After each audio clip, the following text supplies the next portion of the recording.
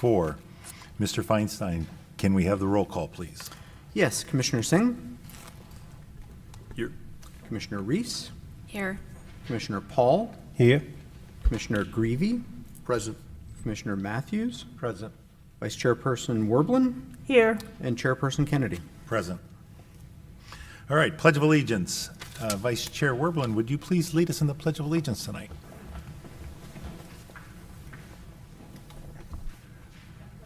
Allegiance to the flag of the United States of America and to the republic for which it stands, one nation, under God, indivisible, with liberty and justice for all.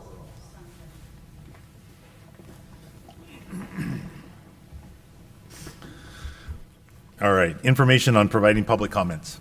Persons wishing to address the Planning Commission on subjects not on the agenda but within the jurisdiction of the Planning Commission, provided that no action may be taken off agenda items except as authorized by law. Off agenda items from the public will be taken under consideration without discussion by the Commission and may be referred to staff. Comments will be accepted in person or via Zoom. Public comment instructions. To speak on an agenda item in person, please complete a speaker's card and give it to the secretary before the meeting or at least prior to the time for public comments on that item. When joining via Zoom, please use the raise your hand feature or press 9 on your phone to request to speak. You will be called on by name and will have 3 minutes to speak. Now we'll go on to the approval of the agenda. Are there any changes to the agenda? Not from staff, no. Thank you. Do I have a motion to accept? So moved. And second? It is moved and seconded to approve the agenda as submitted. All in favor? Aye. Aye. Any opposed? Motion passes. Now we have the approval of minutes for the regular meeting, commission meeting of July 24th, 2024. Are there any changes to the minutes from July 24th, 2024? No. Do I have a motion to approve the minutes? I'll make a motion to approve the minutes. Thank you. Second? Second. Okay, we have a motion and a second to approve the minutes as submitted. All in favor? Aye. Aye. Opposed? Abstentions? The motion passes. Public comment. This is time for the public to speak on items not on the agenda, but within the jurisdiction of the Planning Commission. I'll now open the public comment period. Do we have any hands or? So we have no speaker cards. Let's see if we have anybody's hands. We have nobody. No hands, No two. hands online. Okay. I will now close the public comment period. Now we'll go on to scheduled matters. The next item on the agenda is scheduled matters. For each agendized item, there will be a presentation by city staff. For items that involve application requests, I will ask the applicant to address the commission if they so desire. Then I will open the comment period via Zoom and in-house.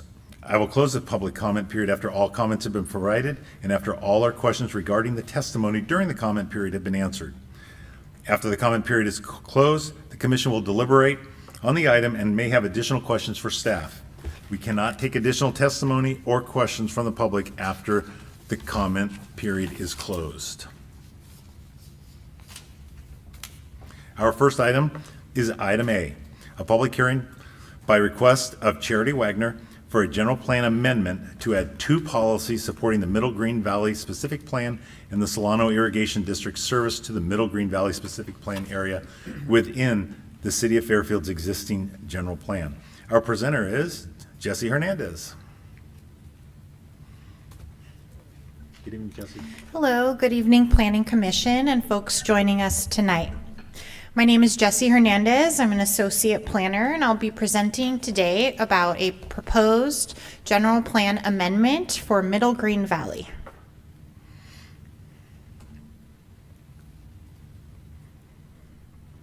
The Solano County Middle Green Valley Specific Plan encompasses an area of approximately 1,900 acres.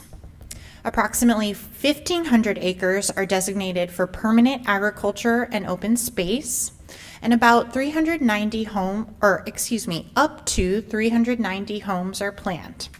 This specific plan was adopted in 2017 and amended in 2021.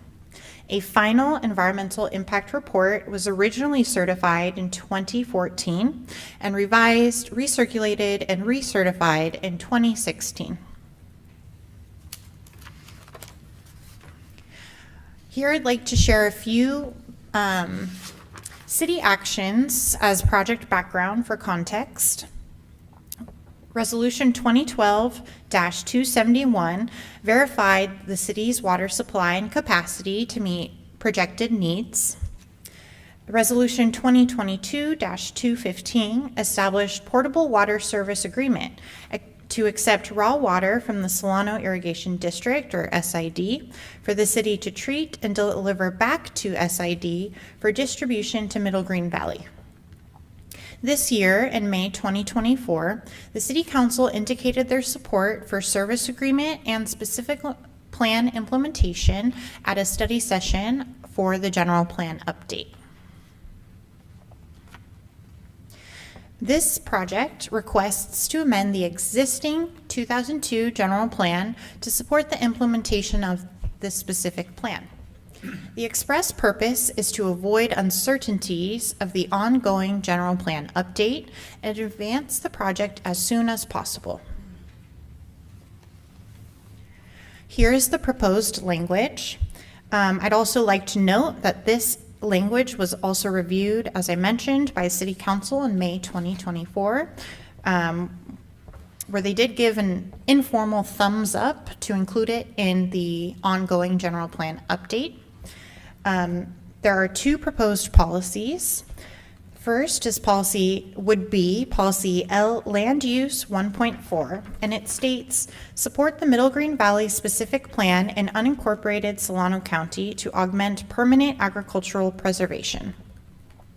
The second policy would be added to the Public Facilities and Services element, and it states, support the Solano Irrigation District's service to the Middle Green Valley specific plan by contracting to treat SID water supplies that SID would serve within the specific plan area. The city is relying on Solano County's certified final environmental impact report from 2016. This final environmental impact report assessed the specific plan's potential adverse environmental impacts, including those impacts resulting from delivering water services. I'd like to note that late this afternoon, we received one comment letter. We've distributed copies to each of you at your seat. However, it does not change staff's recommendation, which was also in the staff report. Staff's recommendation is still to adopt Resolution PC 2024-07, recommending approval of the general plan amendment as proposed.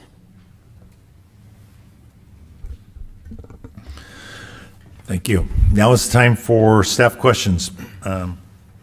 Please hold your comments or deliberations on the item until after the public hearing is closed. We'll start with Chairman Singh. Do you have any questions for staff in regards to this?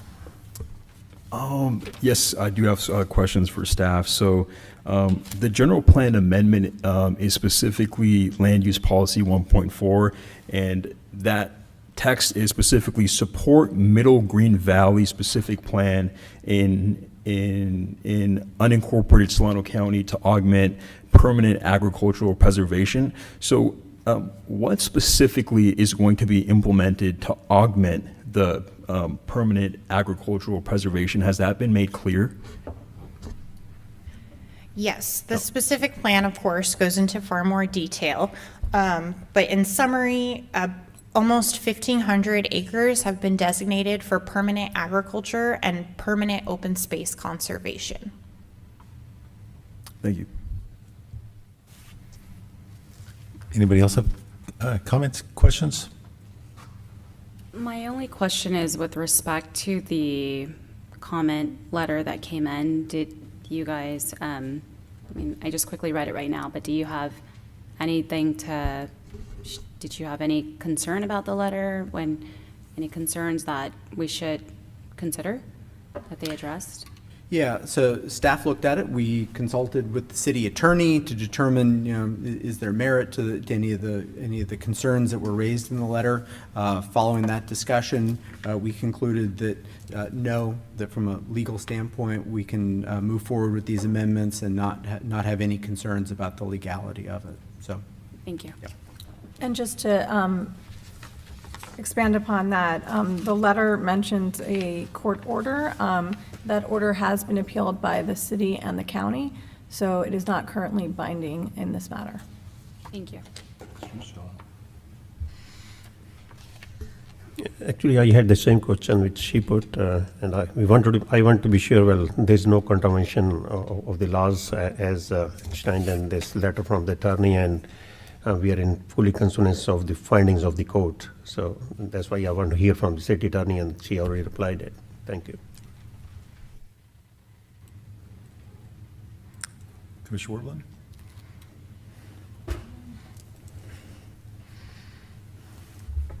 I have a question more so about the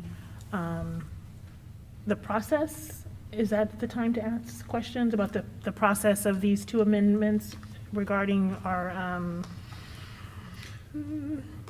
the resolution PC 2024-20-07? If we are wanting to, does the commission have the ability, if maybe they're in agreement with one or not with the other, to split these? Or is this resolution you would have to support both of those amendments? So, our recommendation strongly, if you are supportive of the concept that these move as a package, each works together to affirm where the city's policy is on the matter of Middle Green Valley, and particularly assisting with any water matters out there. If you separate them, I think you undermine the larger goal, and I don't want to speak for the applicant, but I believe the applicant is looking to ensure that there's clear support in the city's general plan to back up the actions that the council has taken in the past, some of those decisions. And I think if you split them, you undermine that.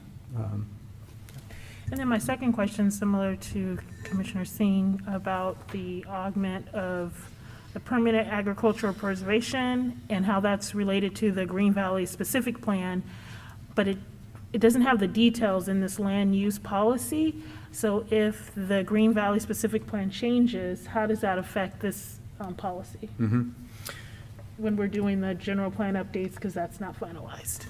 Yeah, so, all we can operate off of is the decisions that the Board of Supervisors have made to approve that plan. The plan is very clear about preserving that agriculture.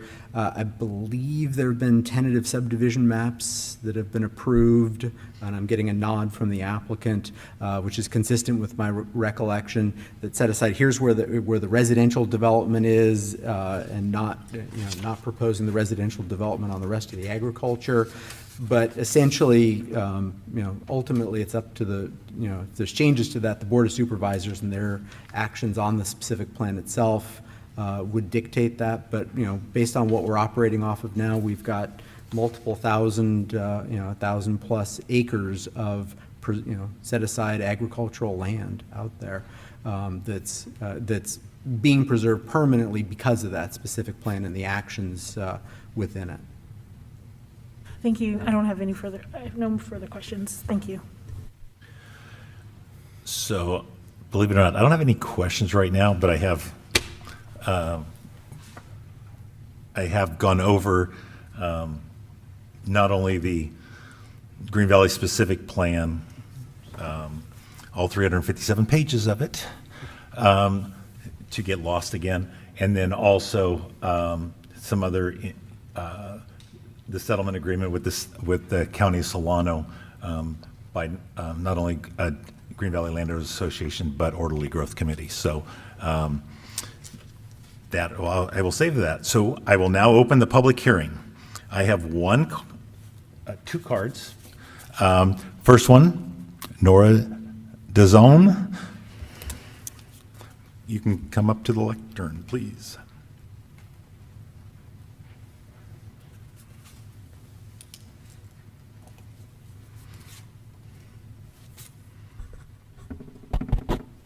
Good evening. Thank you for letting me speak on the matter. I'm still not a supporter. I know, it's just the same old thing, but I'm sorry, this is fundamentally wrong. We're talking the city of Fairfield providing utilities to a county project. The people who will live there will not contribute any taxes to support the city. We have our city taxpayers who are paying for their water service and paying their property taxes. So why are we being used, basically? We've got this great utility, and now you've got these rich and powerful people who are going to take advantage of it, and there's nothing for the residents. What is that? That is not right. That is fundamentally wrong. You all know that, but there are relationships. I hope that you will not pass this because it is wrong. And I realize that there are the relationships that have brought it all the way here, but please do the right thing. Do what is right for the residents of the city, not for the friends of our wealthy developers. And why are we having this discussion when there's a looming problem with the state of California potentially cutting our waters? I mean, I don't, the timing of this is ridiculous. Please do not pass it. Thank you. Thank you, Nora. Next up, Amanda Monchamp. Good evening. Thank you for your time tonight.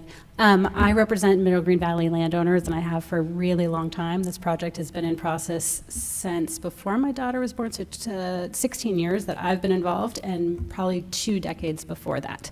So thank you for reading our beautiful specific plan.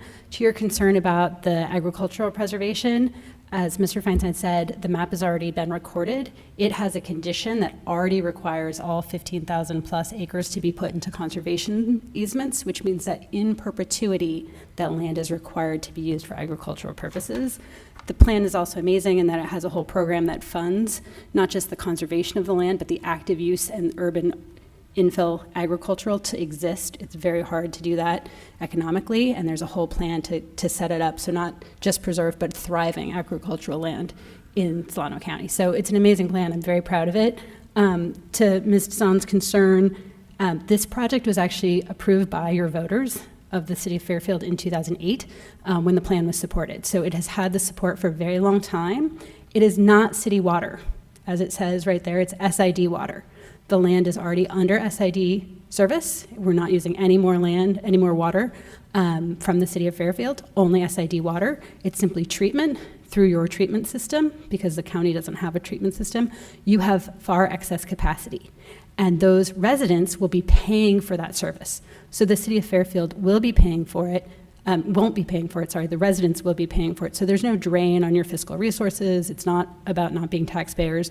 You, as a city, will absolutely be financially compensated for that treatment alone, not taking any of your water. I know there's a whole bunch going on right now about water. We are not using any of your water. So I hope that clears up your concern. Any other concerns, I'm happy to address them, but thank you for considering this amendment. We think it is the last piece of the puzzle, and we're really, really pleased to move forward.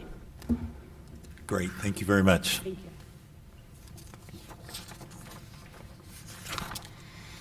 All right, would staff like to respond to any of the issues raised by the commenters?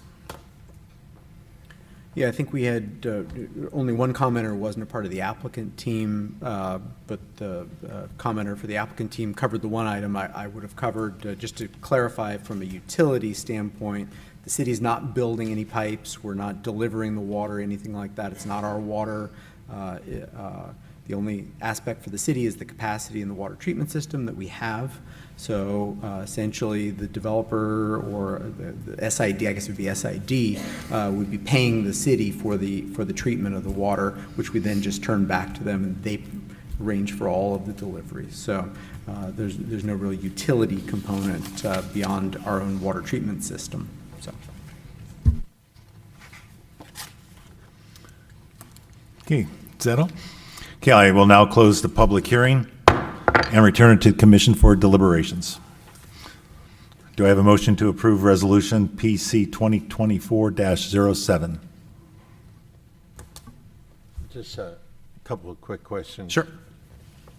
So the ownership of SID, is that, what entity actually owns SID? So, if I can, probably the best way to describe it, the SID stands for Solano Irrigation District. So they are a special district. They're their own, essentially their own governmental entity. If my recollection is correct, their primary function is delivering water, is the actual delivery of water to unincorporated areas outside the municipal parts of Solano County. Most of their clients are agricultural, but you do have some, such as the Middle Green Valley Specific Plan, that are not residential. But essentially, you can think of them as a form of their own government, their special district. So currently, businesses on Business Center Drive receive water through SID. Is that a similar arrangement as what's being proposed here? Yeah, within the city of Fairfield, there are some areas that get water delivered from SID. My understanding is it is entirely for irrigation purposes.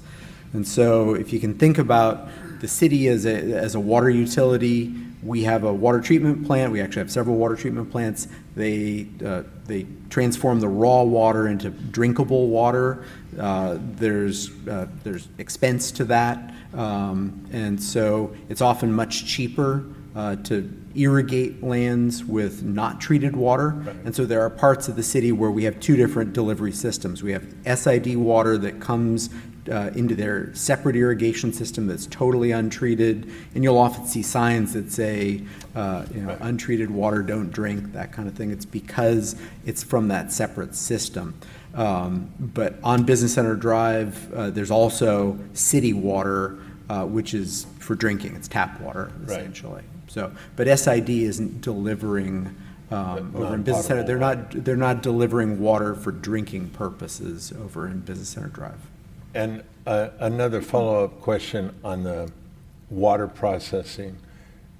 Is there any risk that by agreeing to this, the city won't have the capacity to treat water that it needs for its own purposes some point in the future? No, so that analysis was done as a part of previous decisions that the council had made to support these actions, and determined no. So there's no risk that it's going to take up, that any of those decisions would take up any capacity necessary for users in the city of Fairfield. Okay. Another question. And so I made a mistake there. So before we have the motion, we need to have comments and deliberations by the commission. So we'll start down with Commissioner Singh. Comments? Yes, thank you. So I believe that on November 1st of 2022, the city of Fairfield actually entered into an agreement with Solano Irrigation District to treat the non-potable water, correct? Okay. So then that has already been approved.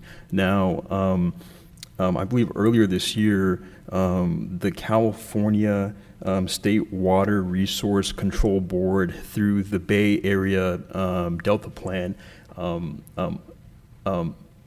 limited the county's, or they are proposing to limit the county's water by around 75%. Might that potentially impact SID's ability to supply the non-potable water for Fairfield to treat and then give back to SID? So there's a lot of hypotheticals with that. Nothing's been adopted.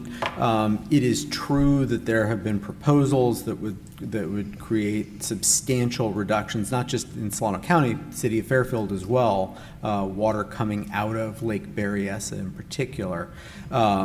Should those come to pass, that affects everybody pretty much equally.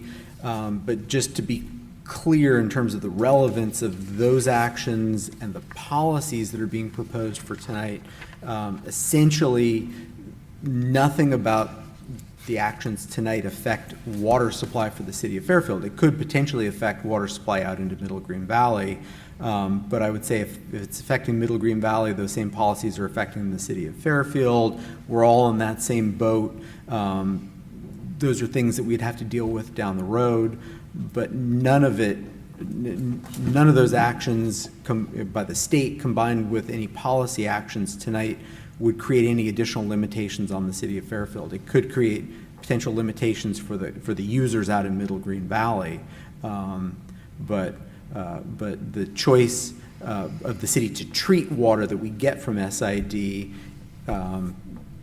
those state actions wouldn't affect the city of Fairfield in that regard. We'd be affected completely separately, but in this regard, that wouldn't affect us. Gotcha, thank you. Any other questions? So, Commissioner Paul. Yeah. I got a clarification. Well, when the city gets water from SID and the raw water, and then it treats it, refine it, and do we get the compensation from SID for treating all that water and refining that water so that our tax money is not involved in that?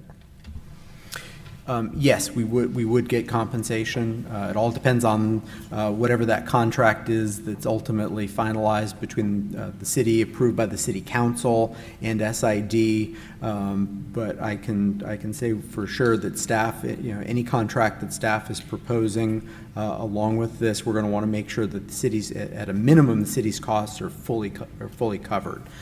So we would not foresee anything coming out of this where there are expenses to the city that are uncompensated from providing this water treatment service. Thank you.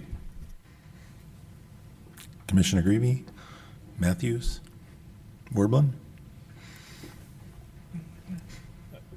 Go ahead. I was just going to make a motion, but if you have a Okay. question. I'm just curious, what are SID's alternatives if this motion isn't passed for the Middle Green Valley? How would they get their water treatment? Yeah, that's something that, as we're working on this policy, we're not fully up to speed on. I think the applicant's representative, if you're interested, if you reopen the public hearing, she could probably address that coming out of their development and their work with the county and SID on this matter. And then my last question, comment, and I can't remember where I read it, but it was talking about the reason that this amendment is coming forth prior to the finalization of the general plan. Can you talk a little bit about that again, Ms. Hernandez, if you don't mind? Yeah, there's a lot of uncertainty associated with general plan updates. Our process was originally projected to take about 2 years. It looks like it'll take about 4 years. So it's those types of unexpected delays that contribute to that sense of uncertainty. And it's to avoid that potential uncertainty, the potential for it not to be adopted on schedule, and the desire to advance the project immediately or as soon as possible, that they're applying for this now rather than waiting for the general plan update. Thank you. Would the Commissioner applicant? Kennedy? I'm sorry? I do have a question. Okay. What are the benefits? What are the benefits to the city of Fairfield? I mean, there has to be a motivating reason for us to be doing this, I would hope. Yeah, I think it's very clear through the policies that the city has established already that we are strongly supportive of agricultural preservation in Middle Green Valley. This is a delivery mechanism for ensuring that that land is preserved, not all of it. You know, there's always trade-offs, and part of the trade-off is in order to get the landowners to agree to permanently preserve large swaths of Middle Green Valley to allow some development. But from the city's standpoint, it's very consistent with our view that we'd like to see agricultural preservation and as well as the economic benefits, the tourism benefits that provides to us as a city. There's also the potential, and I can't speak specifically to the contract that would ultimately be in place between the city and SID, but if we have that excess capacity, there's always the potential for raising additional revenue.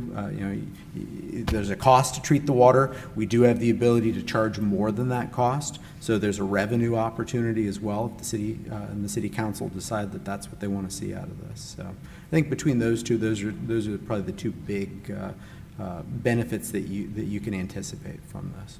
Okay, thank you. Did the applicant want to speak on the water, or I can reopen the hearing? I will reopen the public hearing.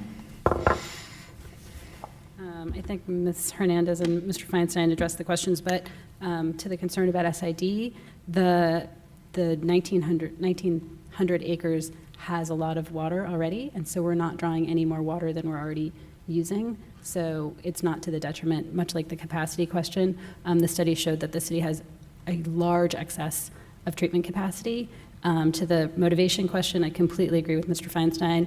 I cannot again say, I mean, you can see a little picture, like it is preserving a huge amount of open space and a small clustered amount of development in the center. So from a policy standpoint, the city has long supported this. It really does go back to the 1980s. And then also we are, to the compensation question, we are paying the city far more than the cost of treatment. So there's an economic motivation in that you are receiving a great economic benefit through the contract. So was there anything I missed? Okay, thank you so much. Thank you. I close the public hearing. Now I'll make a few comments, because I always have something to say. So I know through this, following this over at least 10 years of going back and forth with this and being here and listening to a lot of the comments, I know recently, and when I say recently, 2 years ago, Vallejo felt that this was their domain to provide water for the area, since they presently provide water into that area. But Vallejo does not have the capacity with their treatment facilities to do this right now. And from what I have read in areas, it's a $30 to $40 million upgrade on their facilities for up to 400 homes. That'd be a humongous economic economic detriment to those landowners who would have who own those houses to pay for that upkeep. Number one. Number two, when I'm looking at this, I'm looking at not just from a developmental standpoint, but I'm also looking at it from a climate standpoint.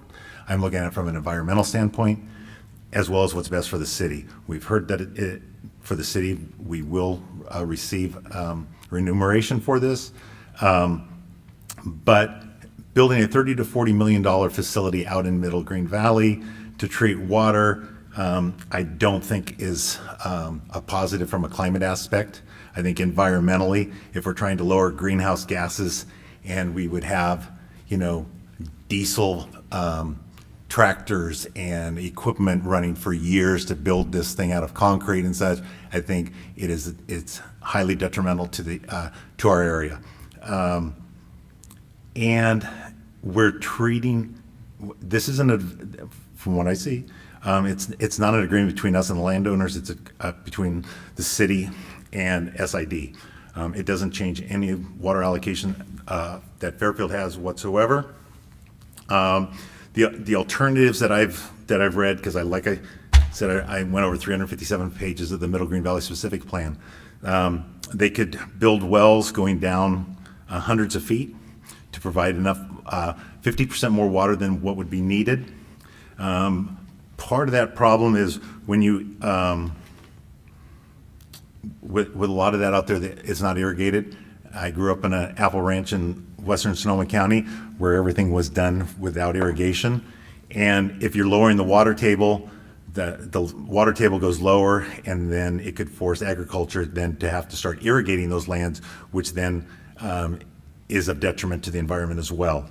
The absolute most important thing about this is that we're trying to protect the valley. We're trying to protect agriculture, agribusiness. We're trying to build that valley, and whatever decision this body makes, we have to take that into consideration. I did speak today with Dwayne Crom. He called me, so I wanted to make it totally clear that he did call me to talk to me about this letter that he wanted to make sure we got, and we did. One of the things that I also, Green Valley Landowners Association is in support of this, and I actually have with me here an agreement from Orderly Growth Committee and signed by Dwayne Crom from the Orderly Growth Committee that they were in agreement with this. Whereas the Orderly Growth Committee is not opposed to development of Middle Green Valley Specific Plan and the provision of water to that development, provided doing so is consistent with state and local law, and Green Valley Specific Plan will preserve 1,481 acres of land designated for open lands, natural agriculture watershed, and agriculture preserve as shown. So that's all I have to say. Now I will entertain a motion.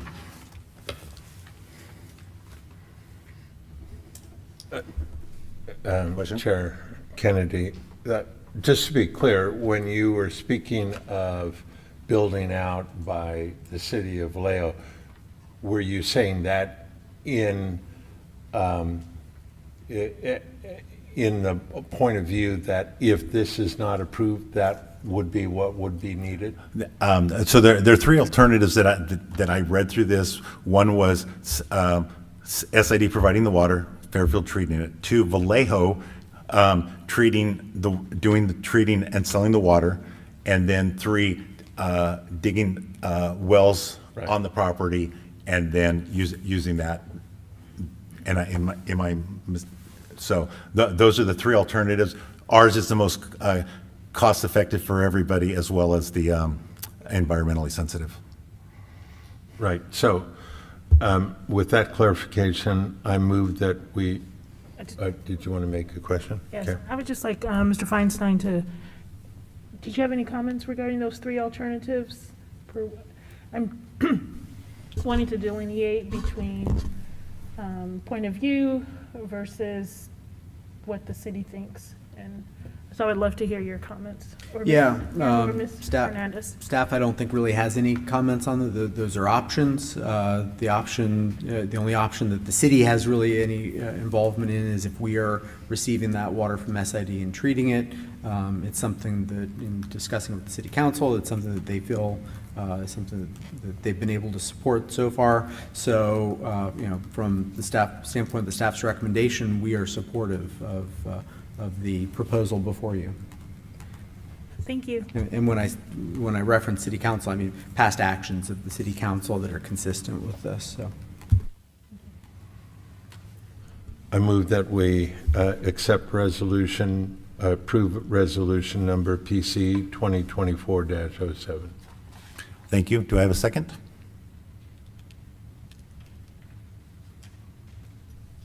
I do second. Thank you. All those in favor? Aye. Aye. Nay.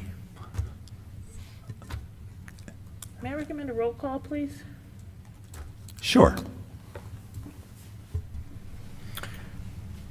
Commissioner Singh, Yes. Commissioner Reese, Yes. Commissioner Paul, Yes. Commissioner Greavy, Yes. Commissioner Matthews, Aye. Commissioner Werblin, Nay. and Chairperson Kennedy. Due to the fact that I have an issue with updating a general plan, I'm going to go yes. All right, motion passes. Thank you. Our next item is item B, a study session on the draft environmental report for the 2050 general plan update. Our staff person is Jesse Hernandez.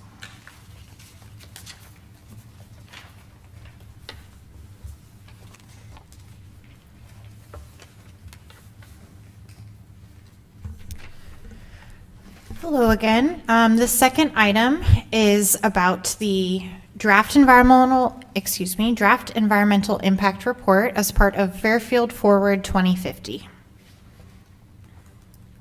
The purpose of this study session is to provide an overview of the draft environmental impact report, or DEIR, and to solicit input on the DEIR from the Planning Commission and public.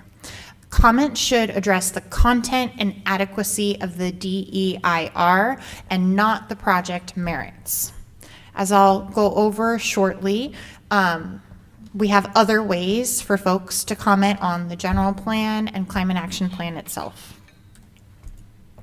Fairfield Forward 2050 was launched in December 2020 and consists of a general plan update, climate action plan, and environmental impact report. The general plan update establishes a community-based vision for growth and development through 2050 and outlines how we will achieve that vision. The climate action plan outlines how the city will reduce greenhouse gas emissions and meet state goals through 2050. The environmental impact report assesses the potential adverse impacts and includes measures to reduce these impacts. The boundary of the planning area was determined in response to state law. The planning area encompasses 41 square miles of incorporated Fairfield, 11 square miles of unincorporated Solano County, and 225 square miles of the Sassoon Marsh Protection Plan. I'd like to emphasize that the Sassoon Marsh Protection Plan area is only included to reinforce the city's commitment to maintain this land as open space. This is consistent with other agencies' policies and with the Sassoon Marsh Protection Plan. The purpose of the DEIR is to assess the potential adverse impacts and identify measures to reduce these impacts. It also satisfies the California Environmental Quality Act, or CEQA, requirements. It analyzes a range of alternatives as required by state law. It also informs stakeholders of potential environmental impacts and will provide a basis for review for subsequent development projects, which may be tiered from the certified final EIR, and I'll explain that more in a bit. So this EIR is a program EIR. Per CEQA guidelines, EIRs addressing a series of actions that can be characterized as one large project and are related in different ways can be completed as program EIRs. For example, actions that are related geographically may be considered for a potential program EIR. Program EIRs look at the broad regional impacts of a program of actions before adoption. It assesses the potential impacts on the entire planning area, and it does not evaluate subcomponents or project-specific impacts. Information gathered was used to define relevant issues, determine thresholds of significance, and evaluate potential impacts. From the information we gathered, as well as public comment during the scoping period, we identified the following issues for inclusion in this EIR. Oh, these issues are listed on the slide. We've also identified areas of known controversy, also in accordance with state law. These areas of controversy include potential loss of prime farmland, active transportation and greenhouse gases, wildfire evacuation routes, and growth inducement. Significant and unavoidable impacts are listed here on this slide. They include impacts to agricultural resources, including the conversion of prime farmland and conflict with existing agricultural zoning or Williamson Act contract, loss of availability of known mineral resources, increase in ambient noise levels. And I'd like to point out that this significant and unavoidable impact related to noise was accidentally omitted from your staff report. So my apologies for that. And then with regards to transportation, we've identified a conflict or inconsistency with CEQA guidelines with regards to vehicle miles traveled. We have been properly noticing throughout this process per CEQA guidelines. We've completed a notice of preparation, notice of completion, notice of availability, and request for comments, again, per CEQA guidelines and state law. In accordance with state law, we're having over 45-day public comment period, which began on July 26th and will close at September 9th at 5 p.m. If anyone would like to submit comments on any of the Fairfield Forward 2050 components, please submit written comments to myself, Jesse Hernandez, by mail or email by September 9th at 5 p.m. For more information and for my contact information, please visit www.fairfieldforward.com.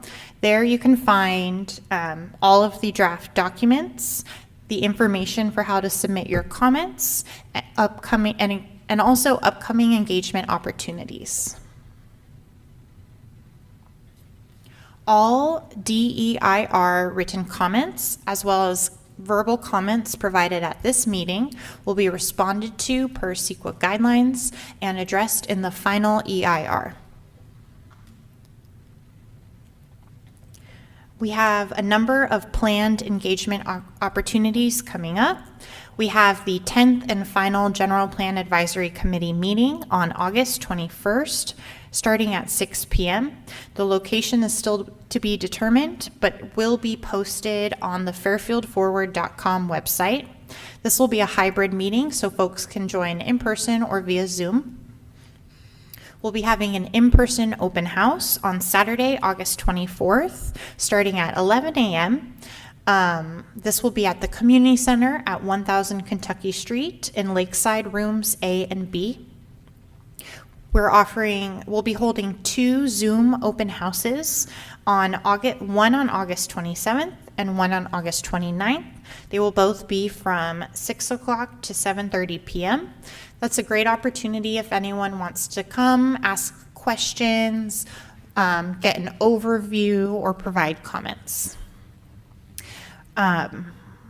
We will be scheduling a Planning Commission public hearing in the fall, and finally, a City Council public hearing in winter of this year. And our planning consultant, Allison Moore of Diet and Bhatia, is also here today. She's going to be available to answer any technical questions as needed. And if I can add just one final, emphasizing things that Jesse has said. The EIR, it's a thick document, takes a while to read through. The link to it was there in your staff report. If you have comments tonight, we're happy to take them. We may or may not have any responses to them. We're at a minimum, we're taking them. As Jesse mentioned, we will respond officially to any comments verbal tonight, either from the public or the commission. But if you haven't had a chance to finish, to look at the EIR yet or to finish, still another 3 weeks in which to do so, and you can send us any comments by email, which we'll be sure to respond to. All right, so a reminder that we're not taking any action on this item tonight, and after the public comment period, I'll take any comments on the EIR from the commissioners. And now is the time for staff. Time for questions for our staff or consultant. Do any members have questions on the EIR? Couple? Werblin? Commissioner Werblin, go ahead. We'll go down this way this time. Start with me? Yep. I just have a comment. I wanted to thank and I appreciate the various options for the public to comment on all three of those, the 2050, the EAR, or the draft EAR, the climate plan. I really appreciate that. I think it's so important to make it accessible for everyone, so I greatly appreciate that. Commissioner Matthews. I have a question on table ES-I or 1, I'm not sure which it is. My question is, that's showing projections for the future build-out. It's on page, oh, I don't know what page it is. But here's my question. It shows population growing from 120,000 to 153,000 in 2050. And it also has projections for a various square footage increase of retail, office, industrial. Yes, that's one right there. Can you walk us through the methodology for how that projection was made? You know, I see the various projected pipeline development.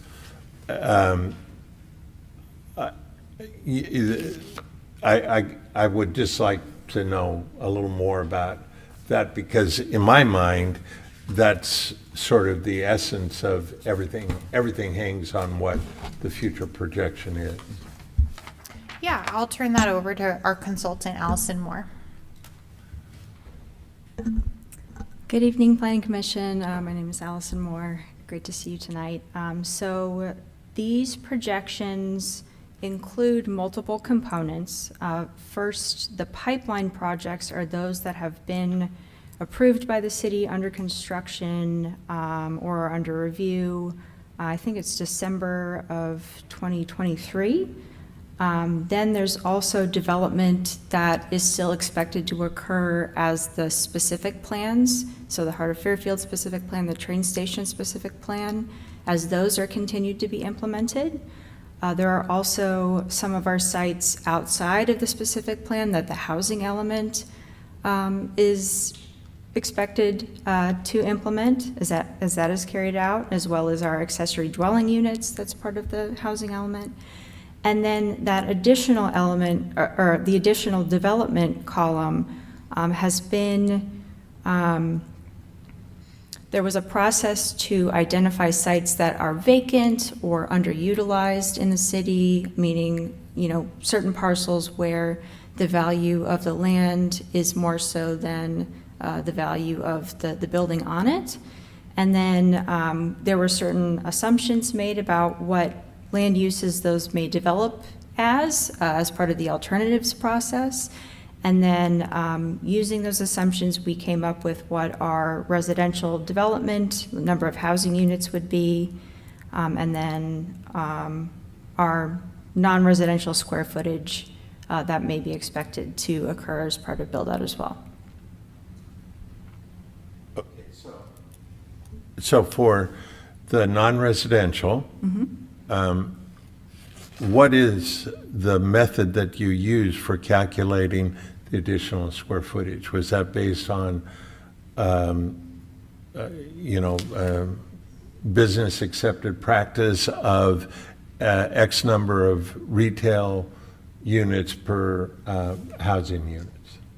So let's say that there were a site that was an opportunity site, and we would expect it to develop as, you know, mixed use or retail later on, based on the city's density categories, or the density or the intensity categories in the general plan. We would make an assumption about, you know, how much square footage would be expected on a parcel of that acreage. So I would think it would be a function of, retail would be a function of the number of housing units, but what I'm hearing you say is you've looked at the land use and then made the calculation based on land use irrespective of housing use. Is that a? I see am what you're saying, hearing you Commissioner correctly? Matthews. And I will add that there was a background report developed as part of this process where an economist came up with some projections about how much retail, office, industrial could reasonably be expected to occur over until 2050. And this number falls within some of the ranges offered in that background report. So I guess my request is that we expand on that methodology, because as we look to 2050, you know, just looking back 20 years, retail, office, industrial has changed substantially.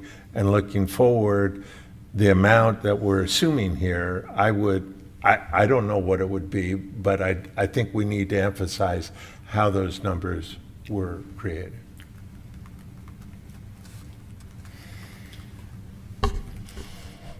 Any other?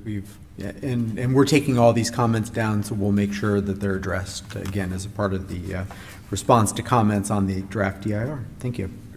Any other questions by commissioners? Okay, so I have one question or more.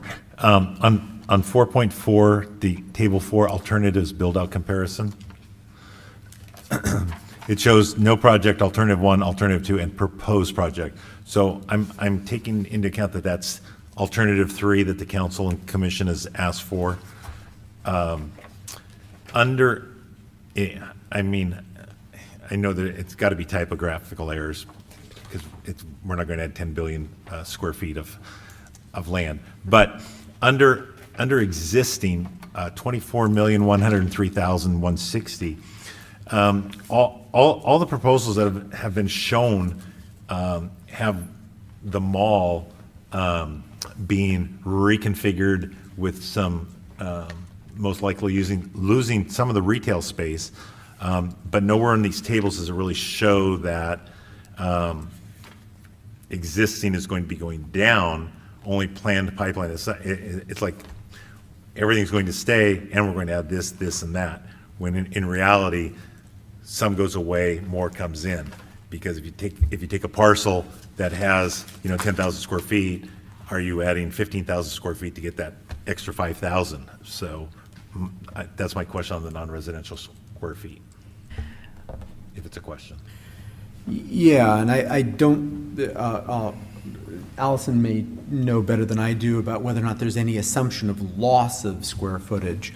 But you can assume a couple of things. First of all, if you're adding a lot of housing and things around that mall, as you're redeveloping it, there's quite a bit of extra land there that has potential for development. There's not a guarantee that as you add more housing that you could be adding more recreational uses.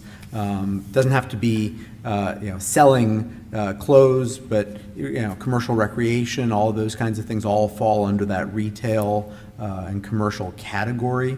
So there's not necessarily a guarantee you're gonna lose much land out there for those purposes, but if you do, you can look at these numbers as conservative. And when we're looking to evaluate the environmental impacts, it's better to be conservative, I'd say, than to underestimate and find out, oh, we had more impacts that actually occurred. So, Okay. Allison, anything else you want to add?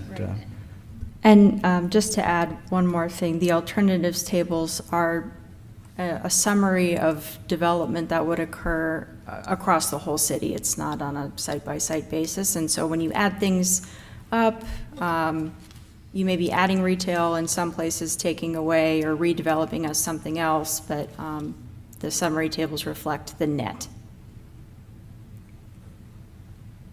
Great. Thank you. I will now open the public comment period. I have 2 cards.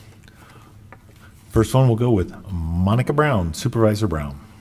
Come on down.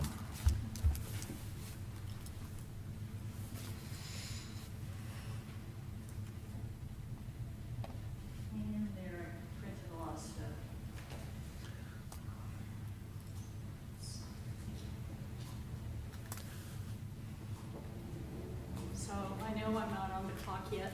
75%, if we lose 75% of Lake Berryessa, you can kiss off Swan County. And you should come to our water meetings. We meet the second Thursday of every month. And if you email me, I can give you that information. And the other is that you probably should have your city manager take you and show you the water treatment plant for Upper Green Valley that cannot be expanded, which is why you needed SID money. Okay, so Monica Brown, Board of Supervisor, representing District 2, which is, right now I'm talking about the unincorporated area. All right, so what I have given you, and if you need a copy, sir, you can let me know and I'll make more. City of Vallejo, without having any kind of conversation, and I brought this up Tuesday at the board meeting because I want to have a presentation from STA, Salina Transportation Authority, has decided that they're going to take the SMART train, come through Highway 37, and through my area. And so with the intent, I guess, that we're going to take the unincorporated area, which has wonderful ag, and I guess put in a train station for reasons I haven't figured out yet. And so my concern is I do not want my unincorporated area into the city of Fairfield. So when you're talking about the alternates, I live in Cordelia. I taught at Green Valley. And so I'm not sure how that's all going to work out. But if for some reason the train gets put in there, and the train track that's currently right there is used twice a day, thank heavens nobody has been killed from Rodriguez as they try to, maneuver around it. But it can't even hold Capital Corridor trains. So for those of you who might take Capital Corridor, the rails won't even do that. And if you look at some of the things that they've talked about prior to this one, this is one this came from Vallejo, who of course didn't tell me what was going on. So I will let you know through your manager when we're having it. I know it's during the day, but everybody needs to understand, because who's going to pay for all this stuff? So that's a whole nother issue. Anyway, for me, I have no problem with Budweiser. That's great. That's in the city limits. But do not come over and start taking my area where the train might go through, because we're growing corn right now, and then we grow pumpkins, and then we grow hay, and then we grow apples for apple butters. One of these days you guys need to come by. I should take you guys around. Cordelia Road is not going to expand. So if you guys decide to put 400 homes up in Nelson Hill, I have no idea where you're going to be putting transportation. So I think there needs to be things you need to look at. I am not anti-growth. I'm not anti any of that. I am anti taking up our food. So when Flannery and the gang were playing their little game, I thought it was China buying up land, because China's been doing that in the central of the United States because they need land to feed their people.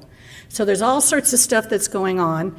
And these are the things that go in my head at 3 in the morning when I turn on Morning Joe, and I'm thinking to myself, okay, so what happened overnight? But I will be here with all of this and stuff, but the key is, guys, you need to ask yourself, what is it that we're trying to do? And look at the areas that you have opened. There are areas that you have opened. And I thank you very much for your time. Thank you. Next speaker, Nora Dizon.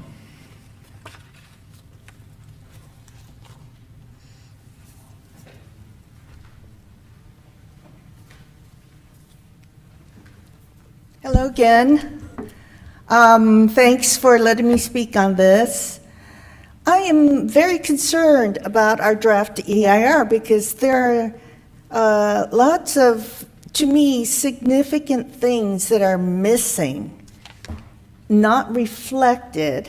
And I'm wondering, with these comments, are you just collecting comments and then you're going to make the change and then it's final? But what if it's missing a lot of things? Like, when the city council got together and with the staff and they did the budget study, there were a lot of things that were stated that could no longer be done in order to avoid a structural budget deficit.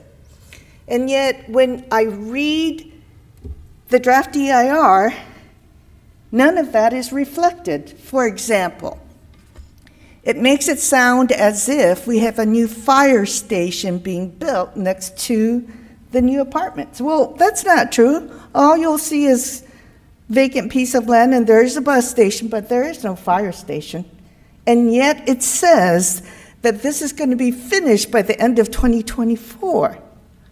I went just to make sure. I'm going, okay, did I forget something? Did I not see it? I drove there just today to double check. I'll go, no, I wasn't wrong. So what else is missing? That is very significant.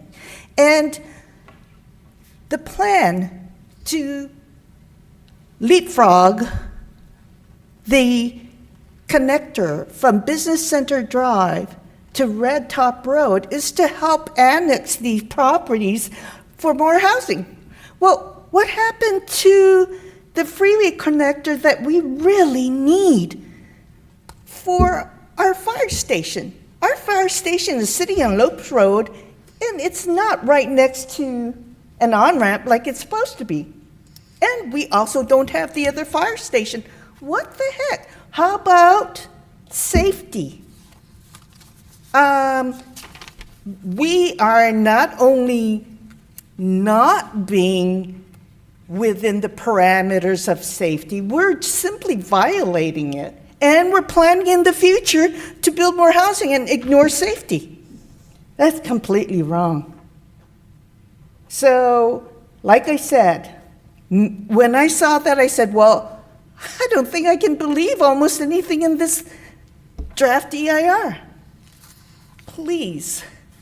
I don't know what you think you're going to do. You're going to collect comments and then, but from the get-go, it is wrong. So please figure something out. If you're going to go from this to the final, that's wrong. Thank you. Thank you, Nora. I see no hands on Zoom.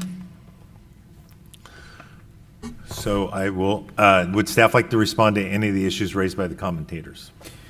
Yeah, not a large number of comments. And again, anything that was spoken tonight, we'll make sure does get an official written response in the final EIR. Just a couple of things.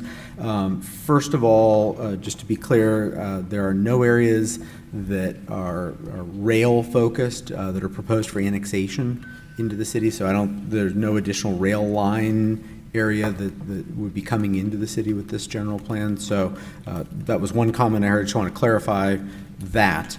The other thing, question about missing. So if there are specific things that the commission, members of the public think are missing, just simply not addressed in the, or if there's an area that the analysis, any concerns about the analysis itself, this is either tonight or between now and September 9th. It's the opportunity to highlight specifically what is it that anybody thinks is missing or isn't done correctly, and then we'll evaluate that. And if there's need for more analysis, we'll certainly do that. But at a minimum, we'll respond back to those comments. We also should just highlight the general plan is a long-term programmatic document. It doesn't necessarily say the fire station is going to be built tomorrow, but it looks long-term over the course of 25 years or so to determine what are all the things that are needed to facilitate a long-term build-out of the city. So it doesn't necessarily look at a particular time and place and say, you need a fire station tomorrow. It looks at, as you build out the whole of the general plan, what are the things that are needed? And then along the way, as we implement the general plan, we work to figure out when specifically are those needed relative to the timing of development as it's occurring. So, but that fire station, it's definitely in the plans. I don't have details on any of the timing, but we can come back at your next meeting. I can give you some updates specifically on the fire station because I know it is an important facility out there. Any other staff comments? Jesse, do you have any? Okay. I will now close the public comment period and the hearing. Turn it back to the commission for your comments on the EIR. As a reminder, we won't be discussing action or the merits of the project tonight, but just the, any questions on the EIR itself. So, we'll start with Commissioner Werblin again. Okay. No. I just wanted to add to the comment about the fire station. My understanding, and it would be good to have this verified next time, is that it is in plan and that construction will be let soon. It's very close to where I work, and we've had to make accommodation for the light that was installed that will allow for right and left of that. So the fact that it may not be done in 2024, I don't think really impacts this report, as you mentioned. Yeah. And to follow on that and to clarify my comments, nothing I'm saying tonight suggests, I simply don't have information about the timing, so I don't want to suggest anything about when it was expected, when it will be. I simply don't have the information, so I'll make sure to bring that back to you.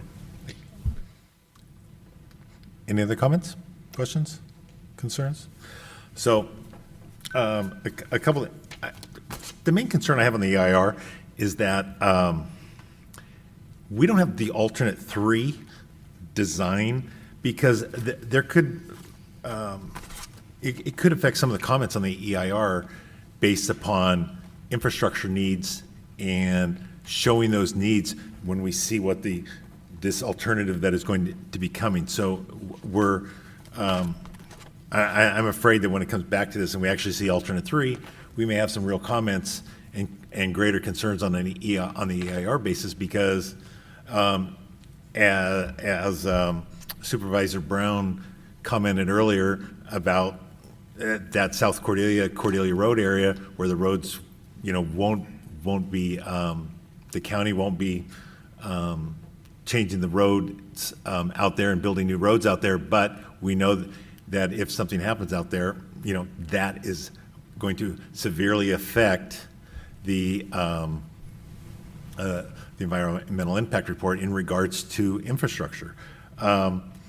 And in regards to the fire station, great that it was brought up. The concern that I have, and this is my recommendation to the city, is that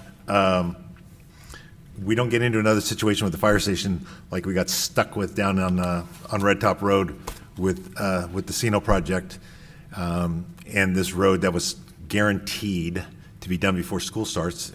Hopefully will be done tomorrow night, which is after school starts. And I would like to really emphasize in the contracts that we have when these things are supposed to be built, and that we have dates, and when dates aren't met, there are penalties, because when there's penalties involved, things tend to get done. And with my job working with government agencies all across this country, I always have a penalty phase when I'm not done on time. So I would like to see our city look more closely at all these projects where we have an expectation of a completion date, that there would be a penalty phase when they are not done. So maybe we wouldn't have had to wait 1.5 years for a roadway to be widened like it was supposed to be beyond the final date that it was supposed to be done. So that's my only comment. One clarification, Jesse, I don't know if you've got any additional on an alternative 3. So there's the proposed project, which is the draft general plan that's out on the street. There are 2 alternatives that had been discussed in detail and highlighted during the alternatives development phase. There's what we call the no project alternative, which is we don't take action on this general plan at all. There's not a coming alternative that you haven't seen though yet, and I think there may be a little confusion. There had been some discussion during that alternatives phase about coming up with an alternative 3, and essentially the proposed project, the proposed general plan, has made the council, with advice of the Planning Commission, they picked and chose from various things that they had seen. They modified one of the alternatives, and so the proposed general plan that's out on the street right now does incorporate all the range of changes that had been expected. And so it doesn't look exactly like any of the original alternatives. It's sort of its own thing. So to be clear, Is there a reason why we didn't get a copy of that? Because, I mean, I have a book of questions in regards to alternative 1, alternative 2, because, you know, council, commission, prior commissions, prior council, all said no, no, no to all those, and they specifically asked for an alternative 3. And so, because under zero circumstances, the council and everybody says no development, no development, no development in the valley. We're protecting the valley. We're protecting Cordelia agriculture, which is some of the most agriculturally great land, I'll call it soil, you know, in this country. And that was by experts, not by common gardeners. So when I talk about, you know, it's like, why aren't we seeing this plan that's out there? Why are we seeing so much, you know, this thing was 94 pages today, and it goes over the EIR and stuff, but it, you know, and I get the executive summary, but it's also frustrating when for years and years, and I know GPAC has been the same way, let's see what this is so we can get real, genuine comment. I mean, this place should be filled tonight with people, but I think the residents are so frustrated that there's a lack of transparency, that you're trying to hide things and push things through, that's why nobody's here. They've given up on this thing, because where are the alternatives? We see all the alternatives, but they're not going to be done. Where is the plan that we're supposed to see in the future and vote on, so that we can make really genuine comments to make sure this plan for the next 30 years is done properly and to the wishes of the voters of our and residents of our city? So that's my. I'd like to clarify, so during the alternatives phase of the general plan update, the purpose of the alternatives was to offer a menu of concepts that could help the public and the city council identify a future vision for different areas of the city. They were never bound to select one alternative or another alternative. Again, they were just a tool to help the city council and stakeholders identify their vision for the future. Now, leaving those alternatives behind, the city council did identify a vision for the future. We have presented this vision to you multiple times, and this vision is reflected in the draft general plan update, which is publicly available online. There are also hard copies available here at City Hall and at both our libraries, for example. The purpose of including alternatives in the EIR actually comes from state law. So per state law, we are required to examine a reasonable range of alternatives that could feasibly attain most of the project objectives. So again, leaving behind the alternatives phase of about 1.5 years ago, the purpose of including alternatives in this DEIR is to simply examine alternative scenarios for development to compare what would be the impact, the environmental impact, if we did nothing, if we went on business as if business as usual. One alternative, the other 2 alternatives are described here and they're given names, but every piece of information is publicly available. This meeting focuses on the DEIR. The general plan update, which you may be viewing as the selective alternative, is released to the public. It's available for public comment and review for over 45 days. Again, we're holding multiple public engagement opportunities to share information, answer questions, solicit input. We've promoted them extensively through our channels of communication, from press releases to e-blasts, putting it on our websites and multiple social media posts. And again, I just want to emphasize that everything is publicly available, and the proposed general plan, the vision, the policies is all available online at fairfieldforward.com. Thank you. Okay, item 8, information and communication, director's report and commissioners' comments. Mr. Feinstein, do you have any items for the director's report?